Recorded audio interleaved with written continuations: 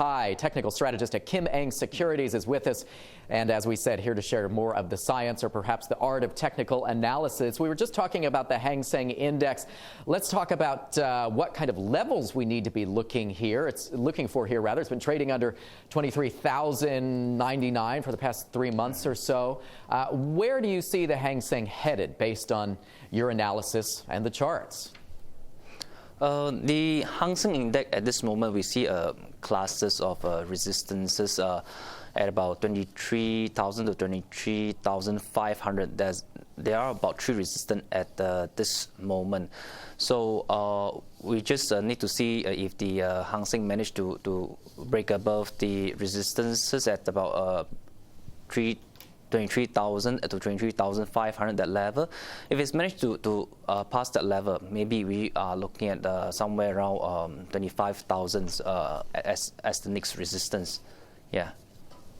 Okay, Ken, I want to cross over to Singapore and take a look at 2 stocks that viewers might not necessarily be aware of. They're penny stocks in the energy space listed in Singapore. We're talking about Ezion and Falcon Energy, and curious why you're focusing on these 2 companies. Fill us in. Okay, the crude oil is standing firmly above the $80 US dollar mark, and I think the oil and gas sector should benefit in this kind of situations. For this Falcon Energy, at this moment it broke above its resistance at 76 cents at the last trading day of 2009, and currently it's trading at still above 80 cents. Personally, I think that the next resistance at this moment is about 84 cents, and if managed to surmount above the resistance as 84 cents, we should be looking at a target of perhaps 91 cents. Yeah. And as for, okay. Go ahead. Sorry, Ken. Go ahead. Okay, for Ezion's holding at this moment is still consolidation, very sideways. So we have to look out for the resistance at about 90 cents. If 90 cents is managed to clear above this resistance at 90 cents, next level we should be looking at perhaps is about $1. Yeah. And Ezion provides offshore marine logistics and support services, and you noted that it can command higher prices than some of its rivals for its vessels. Is that one of the key drivers you're watching here?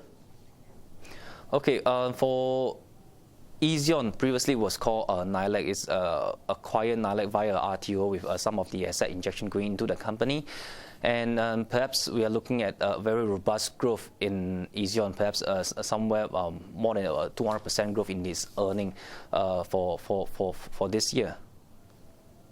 It's been range-bound for about a year. When do you see the stock popping out, heading higher? Personally, I think that the longer it consolidates, the higher it goes. So consolidation is actually good for the stocks right now. Let's talk about liquidity. Obviously, these stocks are below 1 Singapore dollar. That's about 70 US cents. Are these liquid enough for investors to punt on? Those are actually, they did quite numbers of placements to institutions, investors. Actually, that may explain why you see that there's some liquidity issues right now. But from what I can see, as long as the markets remains good, these 2 stocks will benefit under this kind of environment, especially when you see oil price maybe even heading toward $90 per barrel. Ken Pte, we have to leave our conversation there. Ken Pte of Kim Eng Securities joining us for some technical analysis.